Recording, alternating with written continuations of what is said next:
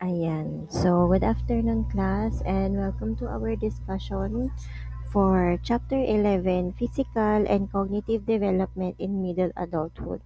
So, yung dati nating baby na si Baby Bogart, adult na siya ngayon. And later on, malalaman natin kung ilang taon na si Baby Bogart during his stage in middle adulthood. And before we start, I would like to show yung learning objectives natin.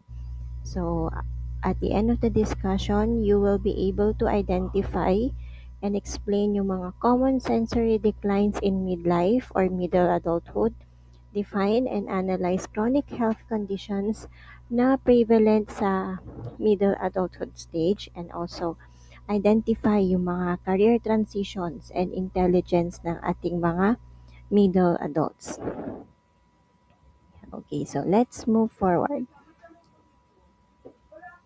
So, when we say middle adulthood, ito yung age na kung saan ang range niya is from 40 years old to 65 years old. And it can feel different for each person kasi yung iba, they may experience physical decline or losses. Like for example, yung aging, yung changes sa health nila, or yung mga challenges sa mga buhay-buhay nila. If you are familiar with the saying na life begins at 40, ito na yon. Kasi yung mga sandamakmak na problema na i-encounter na ng mga taong nasa age na ito or sa stage ng life na ito. Yung mga iba naman, they may feel strong, they may feel skilled and also successful kasi siguro they have built a foundation sa kanilang mga careers and personal life. According to psychologist Carl Jung, tinatawag niya tong stage ng middle adulthood as the afternoon of life. Ibig sabihin, para siyang later part of the day. Kumbaga, parang alas 4, alas 5 na ng hapon. Na kung saan ang mga tao, they start to reflect on their life and nagfo-focus na lang sila kung ano ang dapat mag-matter. Ano na lang ang pinaka-importante. Wala na silang pakialam doon sa mga kumbaga tsismis na wala namang kabuluhan sa buhay nila. Okay? Sa mga tao na nasa stage na to, um, they balance many responsibilities kagaya ng trabaho, ng pamilya, ng mga relasyon, ganyan. Hindi na, kumbaga ba, sa pag-balance meaning, kung ito lang yung time ko for work, ito lang ang ibibigay ko. Kung time for my family, hindi ko pwedeng ihalo si work. Merong work and life balance na sinasabi dito. At the same time, they also deal with yung changes sa kanilang katawan and also emotions habang tumatanda sila. In short, ang middle adulthood, ito yung time of change and adjustment na kung saan ang mga tao, they try to balance yung responsibilities habang they continue to grow and adapt. Okay, next we have yung sa physical development naman muna tayo. Unahin natin yung sa vision or sa sensory functioning ng mga nasa middle adulthood, specifically sa kanilang vision. As people grow older, no, meron yung mga senses and body movements na unti-unti nagkakaroon ng pagbabago. And maraming adults na they begin to have problems sa kanilang vision and also hearing, especially as they reach yung middle adulthood. Ito na yung mga nagsasalamin, ganyan. Pero kasi 'di ba, ngayon kahit bata nagsasalamin na. Maybe because of lifestyle din, kaya mas maaga nagsasalamin. Pero traditionally, based on the human development, age 40 to 65 years old, dito na medyo nagkakaroon ng decline sa kanilang vision. So, yung mga changes commonly na nagbabago sa vision nila ay meron tayong tinatawag na presbyopia. Yan. So, presbyopia, ito yung kung saan yung mata nahihirapan na siyang mag-focus doon sa mga bagay na malapit. Like for example, nagbabasa ng libro or using cellphone. Parang may blurry camera na nakikita sila. and it usually starts around 40 years old and pwede siyang lumala until 60. We also have yung tinatawag na myopia or nearsightedness na kung saan yung mga tao, they can only see near objects clearly. Pero kapag malayo, blurry siya. Parang ako, parang ganun yung na-experience ko. Pag sasakay ako ng bus, hindi ko kayang makita yung karatula ng bus kapag ka nandun ako sa terminal sa may SM. Tapos kunwari yung bus nandoon banda sa may Yupang, yon hindi ko kayang makita. So kapag malapit na siya, pag nandito na siya sa land bank, mabakita ko na siya. So kung pupunta ako ng Baguio, kailangan nandun muna siya sa land bank bago ko sabihin na andyan na yung bus. Kaya ang ginagawa ko pag may kasama ako sasakay ng bus, siya ang pinapa-check ko, hindi ako. Kahit kasi nakasalamin ako, hindi ko siya nababasa. Okay, so asan na tayo, nakalimutan ko na meron kasing kumausap sa akin dito sa faculty. I-add ko lang 'no, bukod sa presbyopia at myopia, meron din tayong tinatawag na hyperopia or farsightedness. So kung ang nearsightedness, nakikita lang niya yung bagay na malapit sa kanya. Ang farsightedness naman, of course, mas nakikita niya sa malayo at blurry sa malapit. Okay, paki-take note na lang yan. Wala siya dito sa slide. Lalabas yan sa quiz nyo kung nakinig kayo dito sa discussion. Okay, next. Nasaan na tayo? Wait lang. Wait lang, guys. Ayan. Ang mga adult, they age and normal sa mga vision nila and other senses na medyo mag-weaken na when it comes to middle adulthood stage. Especially kapag yung mag-focus na sila sa malapit at malayo na mga objects. Okay, next we have yung hearing. Okay, nasaan na tayo? Ayan. Sa hearing, sinasabi ko kanina. First, we have yung presbycusis na kung saan ito yung gradual loss of hearing. So, ibig sabihin, pag gradual, paunti-unti, hindi siya biglaan. And nangyayari yan as people grow older. Siyempre, kapag nagkakaedad, gradual din. Ganon din yung sa hearing sense. Gradual din yung pagkawala ng pandinig. So, kung minsan, pag naka-encounter kayo ng mga taong nasa age 40 and up and puro ha, hindi ko naintindihan, hindi ko narinig. Maybe dumadaan na sila sa presbycusis na na tawag nito na condition. And ang presbycusis, it usually starts with difficulty hearing yung mga high pitch na sounds. Like for example, yung mga boses ng mga bata, yung busina ng jeep, ganyan.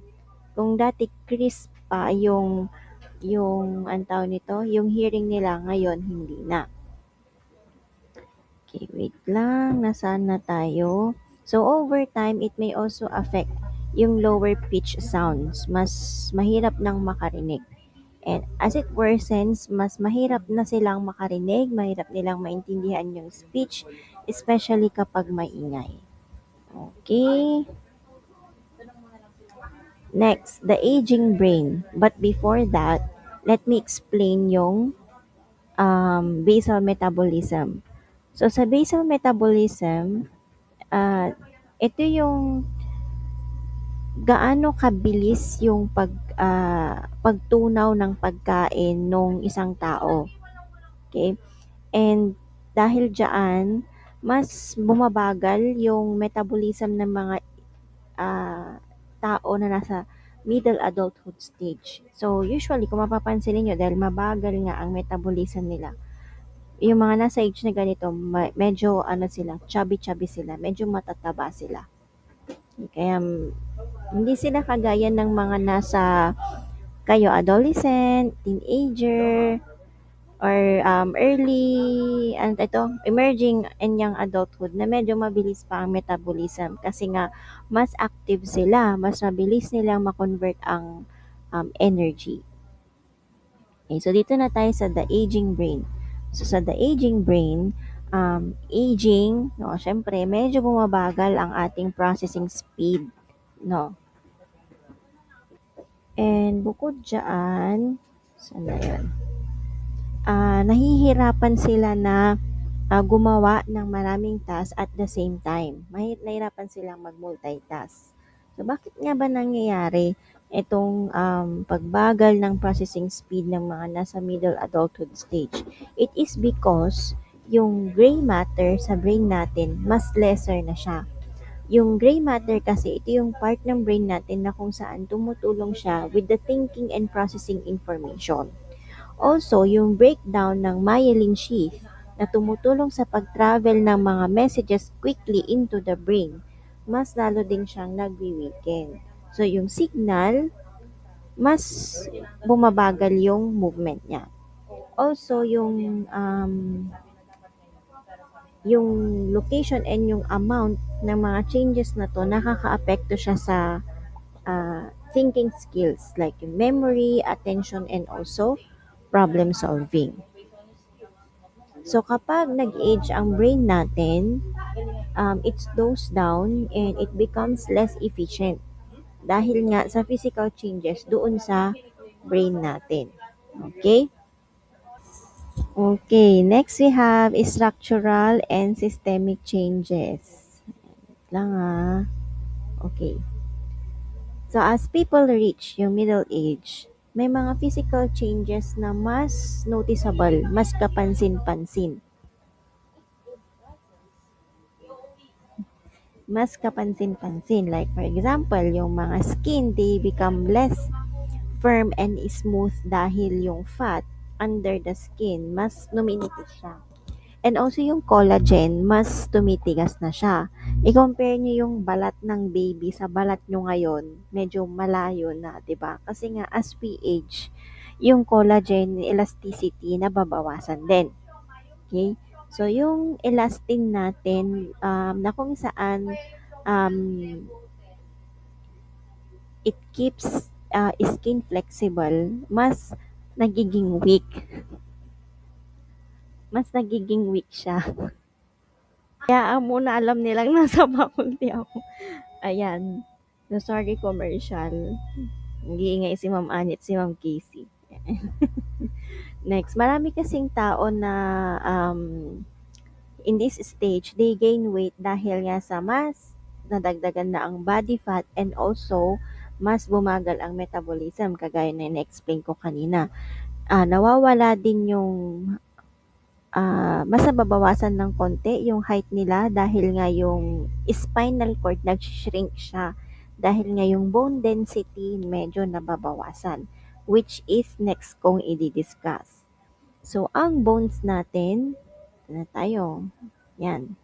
So, ang bones natin, they are much or they are strongest during the age of 20s to 30s.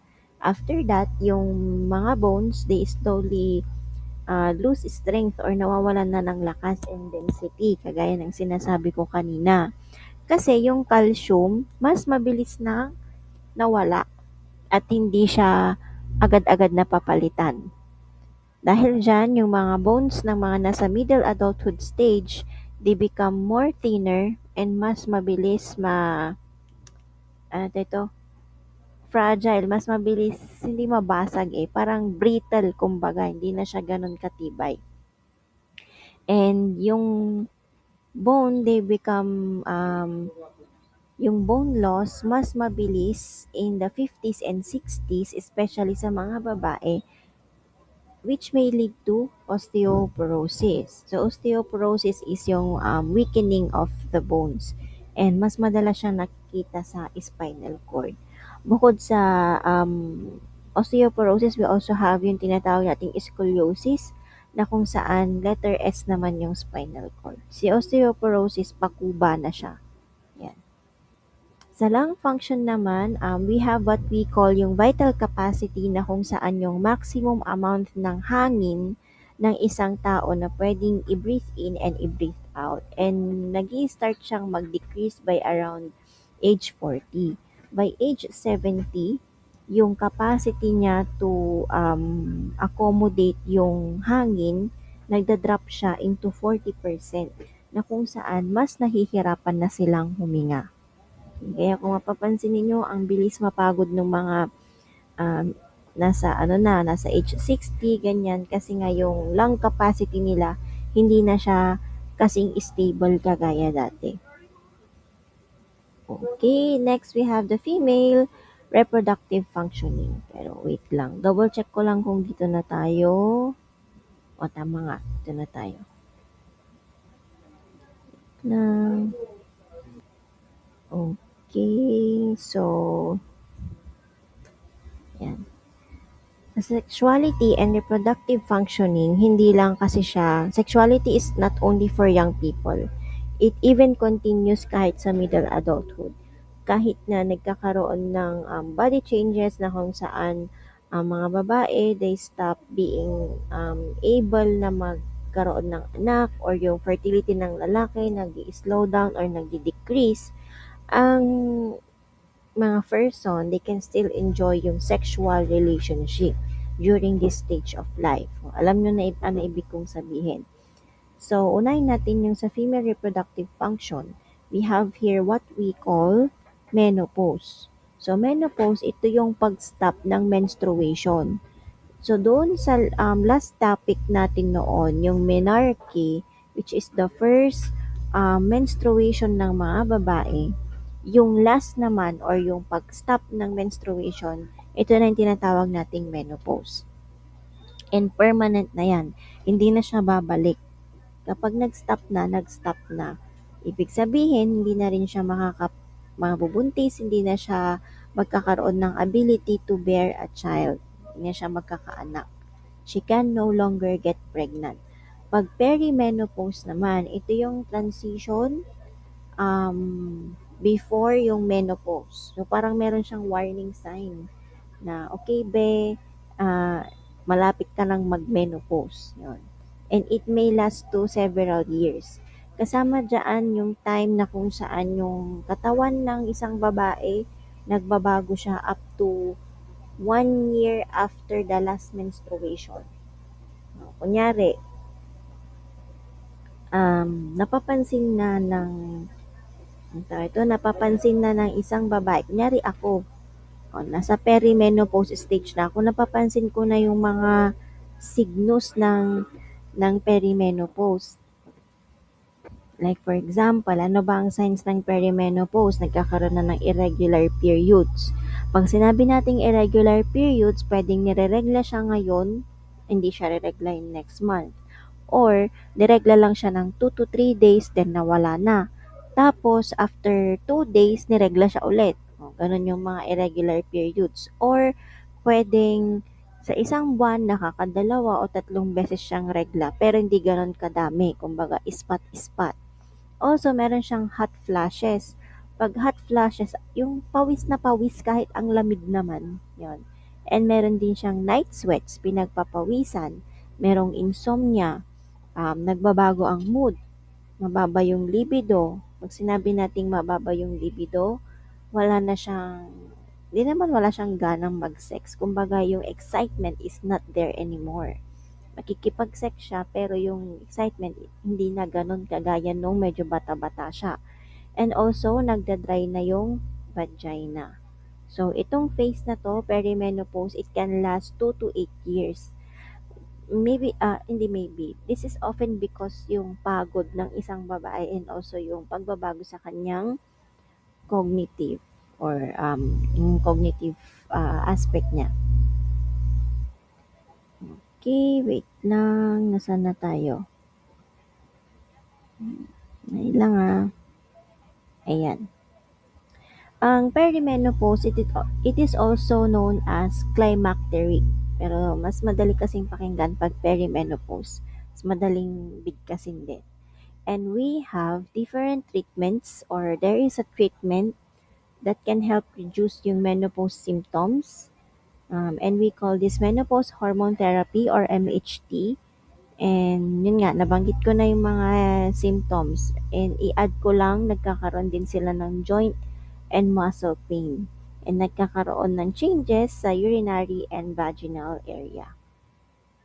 So even though the reproductive ability changes sa female part in the middle adulthood stage, yung sexuality, it continues. And yung mga treatments like hormone therapy or menopause hormone therapy, it can help manage yung menopause symptoms. Okay, next we have male reproductive functioning. Okay, sa male reproductive functioning, ang mga lalaki, they can remain fertile throughout their lives kasi hindi naman sila kagaya sa mga babae na meron silang menopause stage. However, ang mga lalaki, they can go through age-related changes, specifically pagbaba ng kanilang sperm count. Nagbabago yung testosterone nila and it decrease around by age 30. Nagde-decline siya slowly, specifically 1% each year, and this may vary from person to person. And yung gradual change na yan, tinatawag na andropause. And kung meron tayong menopause hormone therapy, we also have yung testosterone replacement therapy or TRT. Ito yung treatment na ginagamit para ma-increase yung mababang level ng testosterone. And it may help improve yung energy, yung mood, and yung sexual function ng lalaki. And we have also erectile dysfunction. Ito yung nahihirapan siyang patigasin. Yon. Yung ano ng lalaki, yung penis. Nahirapan na siyang patigasin. And, or nahirapan siyang i-erect during sexual activity. And ito yung dahilan, yung may mga factors na pwedeng nakaka-affect sa erectile function.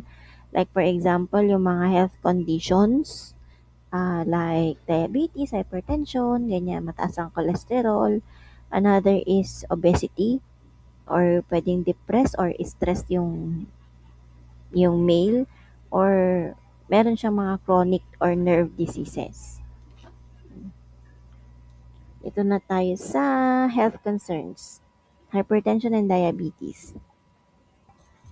Yan. So, sa hypertension and diabetes, when we say hypertension, ibig sabihin consistently mataas yung blood pressure niya.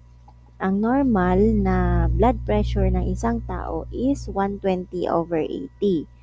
Oh, ma'am, what if yung BP ko po is 120/160? Oh, iba na yon, high blood pressure na yon. Ma'am, what if 140/80 is slightly mataas ang blood pressure mo? Pwedeng makaramdam ka ng pagkahilo, ganyan, panghihina, mga ganon. And ma'am, paano pag 180/80, mataas pa din siya? Ma'am, paano pag kunwari 180/120, mas mataas siya and nasa delikadong stage na yon. And it becomes more common, no, yung hypertension sa middle adulthood stage. Delikado siya kasi pwedeng mag-increase yung risk niya for heart disease, kidney disease, ganyan. And it is considered yung hypertension as the leading preventable cause of early death sa buong mundo. Next, we have diabetes. Actually, there are two types of diabetes and hindi ko siya na-include sa slide. So, diabetes, ito yung sakit na hindi ka na nakaka-produce ng enough insulin. Yung insulin kasi, no, siya yung nagme-maintain ng ating blood sugar. Ngayon, pag hindi nakaka-produce yung bile mo ng insulin or hindi niya nagagamit ng maayos ang insulin, tumataas ang ating blood sugar. Mahalaga kasi ang insulin, no, kasi tumutulong siya na i-convert yung food into energy. And the two types of diabetes we have, type 1 diabetes or the juvenile onset. So bata pa lang nagkakaroon na siya ng diabetes. Yung katawan ng bata hindi na siya nakaka-produce ng enough insulin. And yung blood sugar ng may type 1 diabetes mataas, super taas. Lang Mhm. Okay, so ang normal kasi na blood sugar level natin is between 70 to 99 milligrams. So, parang pabango. Kasi 'di ba ang pabango is 50 ml pinakamaliit. So, imagine nyo yung 100 ml na pabango. Dapat ganun lang, within those limits, 70 to 99. Pag lumagpas ka doon, mataas ang blood pressure mo and you are prone to diabetes. Okay, another is yung type 2 diabetes or the mature onset. Ito yung mas common kasi mas na-develop niya ang diabetes nung tumanda na siya or nung adult na siya. And it usually develops after age 30. And very common nga, sabi ko kanina, na yung insulin ng katawan, nakakagawa siya, pero yung cells, hindi niya yun nagagamit ng maayos. Okay, labas ng insulin si bile, pero si cells, hindi niya na alam saan niya gagamitin yon. Okay, kumbaga may malfunction. Yung katawan natin, it may try to fix itong type 2 diabetes by making more insulin, pero hindi pa rin siya magwo-work well dahil nga yung cells hindi niya nga alam paano na gamitin si insulin. So maraming tao na hindi nila alam na meron silang type 2 diabetes until lumabas yung mga simptomas kagaya ng heart disease, na stroke na siya, nabulag na siya, nagkaroon na siya ng kidney problems and nawalan na ng paa or ng kamay. Nawawalan ng paa or kamay ang taong may type 2 diabetes or may diabetes itself kasi nagkaroon ng tinatawag nating necrosis. No? Kumbaga nabulok yung sugat. Kaya dapat sa mga taong may diabetes, hindi dapat sila na nasusugat. Double check ko lang kung tama yung sinasabi ko. O, tama nga, necrosis nga. So, dapat, kapag nasugat yung taong may diabetes, kailangan, as in, ibibaby niya yung sugat. Alagaan niya, yung bang huhugasan niya, lilinisan niya hanggang gumaling. And dapat hindi rin siya masyadong madaming sugar na tinitik. Ang necrosis kasi, ito yung premature death of body tissue caused by too much sugar in the blood. Wait. Okay, dito na tayo sa osteoporosis. No, nabanggit ko na siya kanina. Check ko lang. Nabanggit ko na siya kanina. And, na tayo sa mammography and double check ko lang Ayan, tama. So, yung osteoporosis, yung bones nagiging mahina, nagiging manipis, nagiging brittle siya. Dahil manipis siya, madali siyang mag-crack. Yun. Kasi nga nawawalan na ng calcium yung katawan natin. Okay, mammography, ito yung special x-ray test sa mga babae. Kasi ginagamit siya sa breast. So, dito tinitignan yung mga early signs ng breast problems or breast cancer bago pa lumabas yung sintomas niya. Yung sinasabi ko din kaninang hormone therapy, hindi lang siya pang menopause, meron din yung parang gumagamit ng artificial estrogen para i-combine siya sa progesterone. So dahil doon marirelieve yung menopause symptoms, marireplace yung mga hormones na nawawala after menopause, ganyan. And it also helps reduce discomfort dahil mababa na ang estrogen levels. Okay, another is stress in midlife. Parang ako to na-apply ko to sa akin Stress in midlife, ayan. So, when we say stress, nangyayari yan kapag kayo isang tao, feeling niya na yung demands or yung problema niya sa paligid niya are too much. Hindi na niya kayang i-handle. Parang kayo, dami yung nire-review, na-stress na kayo. Yan. And it can also be described as the reaction ng body at isip natin doon sa pressure. So, pwede kang ma-stress kahit na related siya physically like magkasakit ka or pagod na or psychologically, like nagwo-worry ka, ang daming problema, ang daming responsibilidad, nag-juggle-juggle na siya hangga't hindi mo na siya nakayanan. Pag sinabi naman nating stressors, ito yung mga bagay or sitwasyon na nagko-cause doon sa stress. Like for example, si Ma'am Casey, na-stress ako sa kanya, siya yung stressor ko. Mga ganon. Yung bang feeling ko pagod na pagod ako pa nakikita ko si Ma'am Casey, siya ang stressor ko. Mga ganon. Or pwedeng yung kinabibisitan mong tao, nakita mo siya, na-stress ka kaagad, stressor mo siya. Kailangan mo siyang layuan. So, yung demands ng environment ng isang tao, pwede niyang nahihirapan siyang mag-cope hanggat nakikita niya yung stressor niya. Anong gagawin mo? Siyempre, layuan mo. Kapag nakikita mong kasalubong mo na, lumayo ka na. So, ang stress nangyayari yan kapag yung demands natin, it feels so overwhelming. And yung mga stressors, ito yung mga bagay na nagbibigay sa'yo ng feeling of pressure. Next, we have cognitive intelligence types. So, dalawa yan. Si fluid at si crystallized intelligence. So, when we say fluid intelligence, ito yung abilidad mo to solve novel or new problems quickly. Kahit na hindi mo pa nakikita dati yon. O, hindi yan nagdedepende sa past learning experience mo.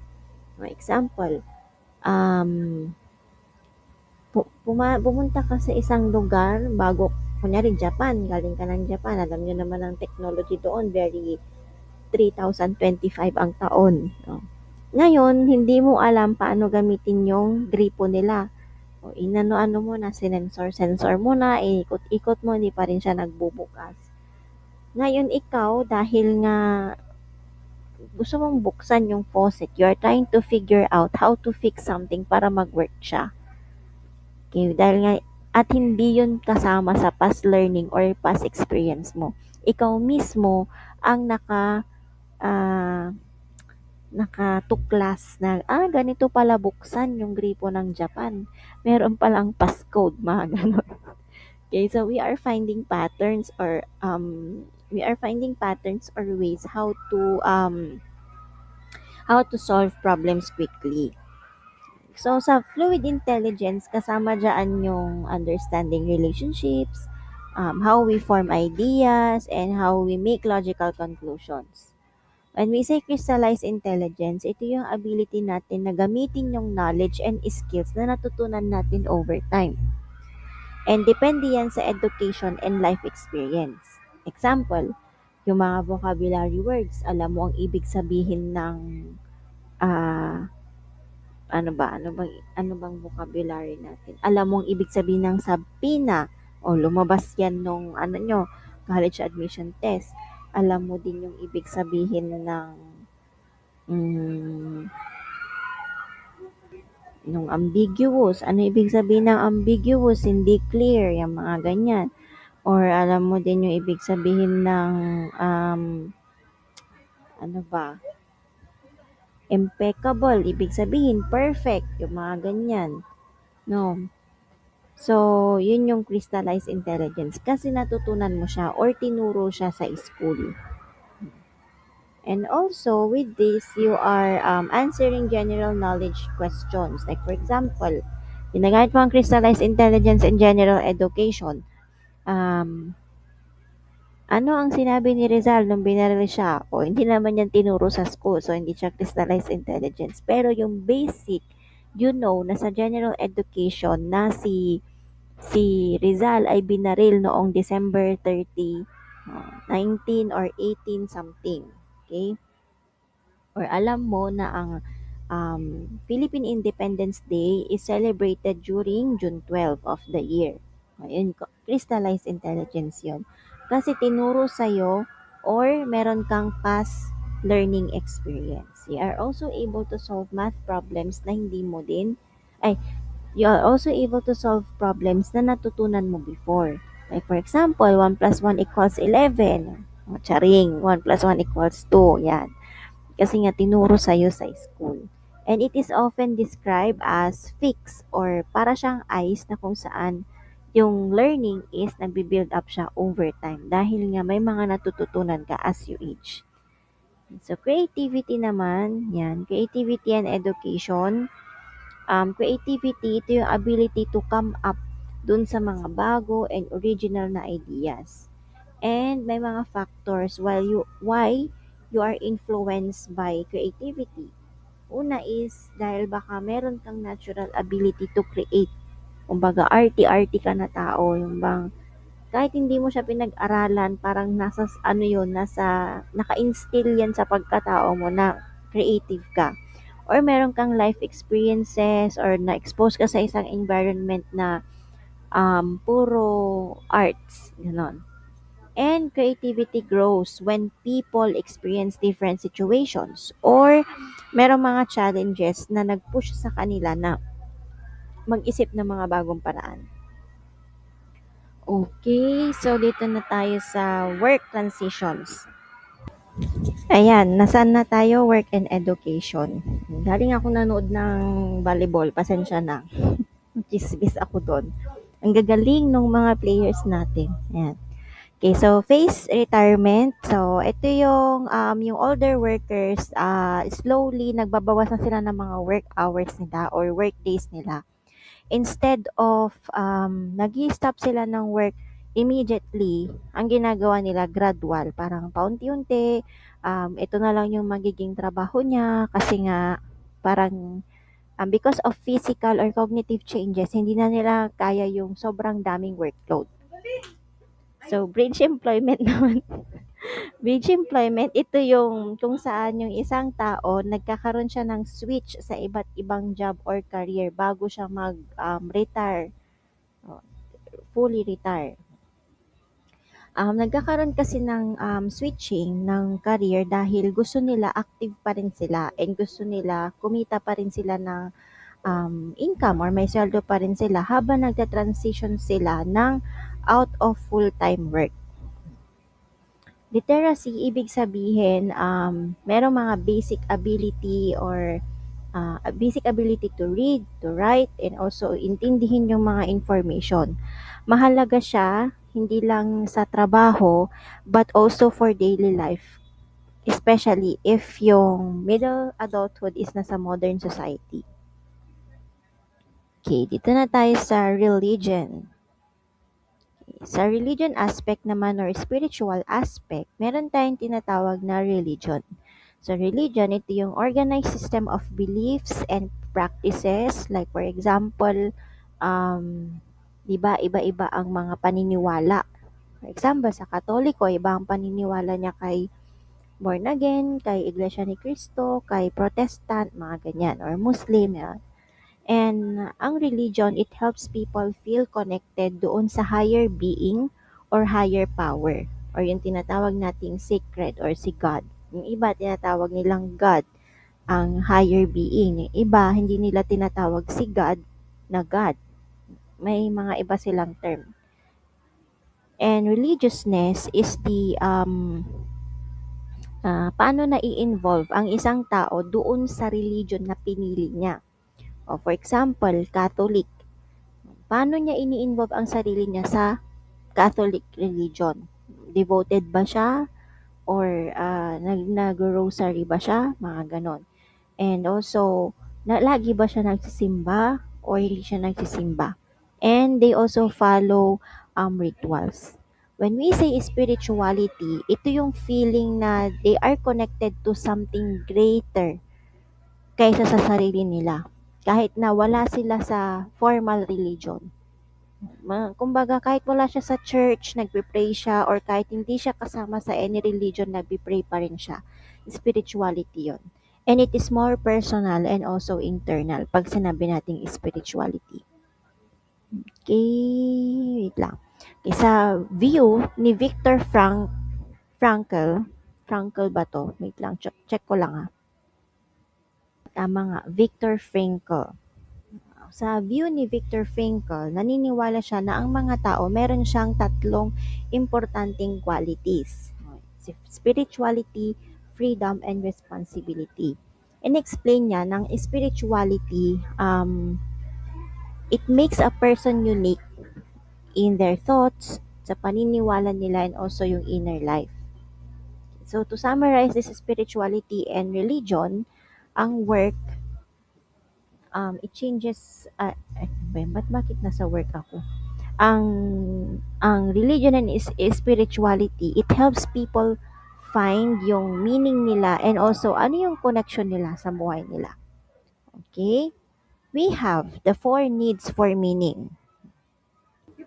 So kapag ang tao meron siyang meaning sa buhay nila, no, they are able to understand or they are having clearer direction sa buhay nila.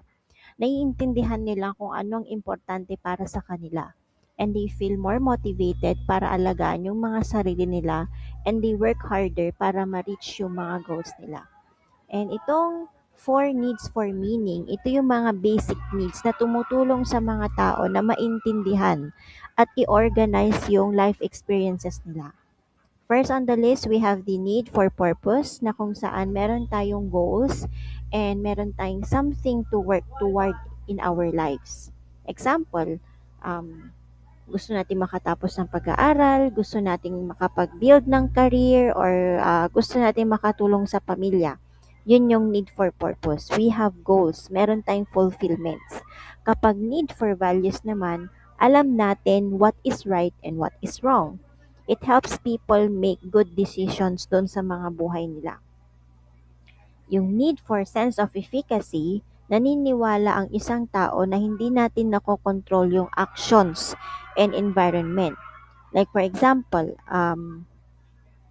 kung mag-aaral ako ng mabuti, maipapasa ko yung exam ko. So naniniwala siya na kapag magre-review siya,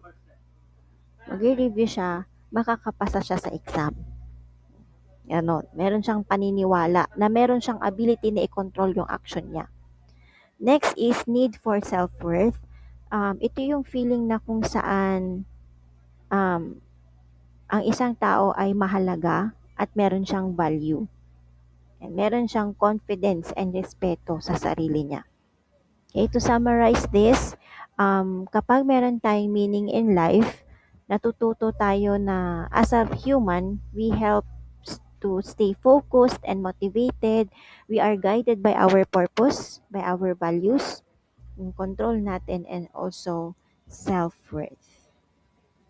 Okay, so that ends our discussion for chapter 11. So soon, be prepared sa ating graded recitation. Kung hindi kayo nakinig ng recorded discussion, bahala kayo. Okay, bye-bye.